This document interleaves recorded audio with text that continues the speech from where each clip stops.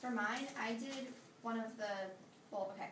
For the Trans-Siberian Orchestra's album Night Castle, it's their only non-Christmas album, and it actually tells one big story about a bunch of people that get involved, like, not involved, but they're just, like, overtaken by negativity of this world, and, like, their lives, it's over time, just, like, follows them and how their lives begin to fall apart, and then it all comes together as a happy ending. But one of the major characters is Lieutenant Bill Cozier, and it takes place during the Vietnam War, and he goes off to war, and he gets captured and meets this ruthless general named Trando. And just to give you a little bit of background before I read the lyrics, I want to just read a little blurb from the story. This is like right before the lieutenant dies, like I think it's a couple days before his death, they're talking together, and it says, Trando comes into his cell, and it says, the lieutenant recognized the man as General Trando. He had been briefed about him numerous times since his arrival in Indochina. Trando had been involved in the Indochina War for many years and had a reputation as a formidable frontline officer. The lieutenant had seen him at various times, giving orders throughout the camp, but never had any direct contact with him.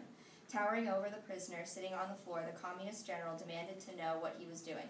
The lieutenant, who at this point was aware he was close to death and that answering the general's question would give away no military secrets, risked nothing by telling the truth. I just finished a story I was writing. What type of story? The general snapped back. It's a fairy tale called The Dreams of Fireflies. Slightly taken aback by the answer from a prisoner that his best interrogators could get nothing out of beyond his name and rank, the general reached down and snatched the pages from his hand. A quick glance confirmed that it was indeed a fairy tale. And why would you be doing such a thing, prisoner? About a year ago, when I was back at base, I called my wife, and she had told me that she was pregnant. The child was born a little less than half a year ago, and I now know that I will never live to see my child. This may seem odd to you, but most American men dream of having a kid to throw a baseball with, take to their first New York Yankees game.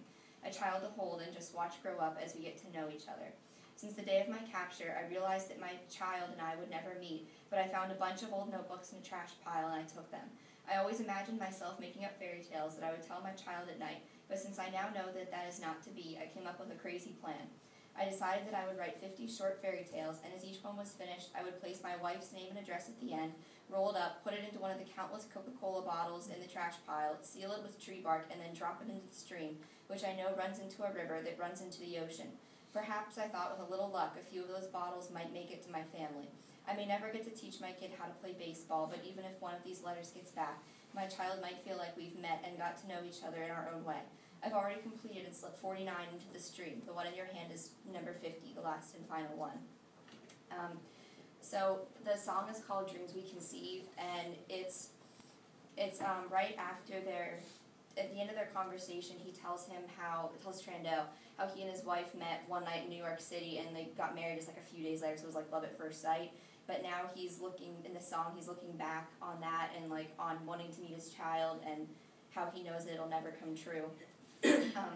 So I have these visual interpretations of each stanza, but please keep in mind I'm not Picasso. So if you just imagine the fourth grader did them, they're actually really good. So we'll just go that way. Okay, so the first stanza says, in a city after midnight, 'neath the halo of a streetlight, where the dreams die as the blood dries on the wounds we keep hidden from view. So this is a person under a streetlight, and then these are her dreams over here, but the dreams are dying, and as they are dying, they're turning into like drops of blood that are drying on a wounded heart, because I took the wounds that we keep hidden from view to be the wounds of the heart, emotional wounds. So here's the first one. And then, in the safety of this darkness, as it hides all time has tarnished, the forbidden, unforgiven are secure here where no one pursues. So someone is hiding safely in the darkness. It's like, and it's like, I guess under the street, you could say, sort of, is how I was picturing, because there's like people walking up here, and they're hiding in the darkness so no one pursues them there. Please excuse the interruption.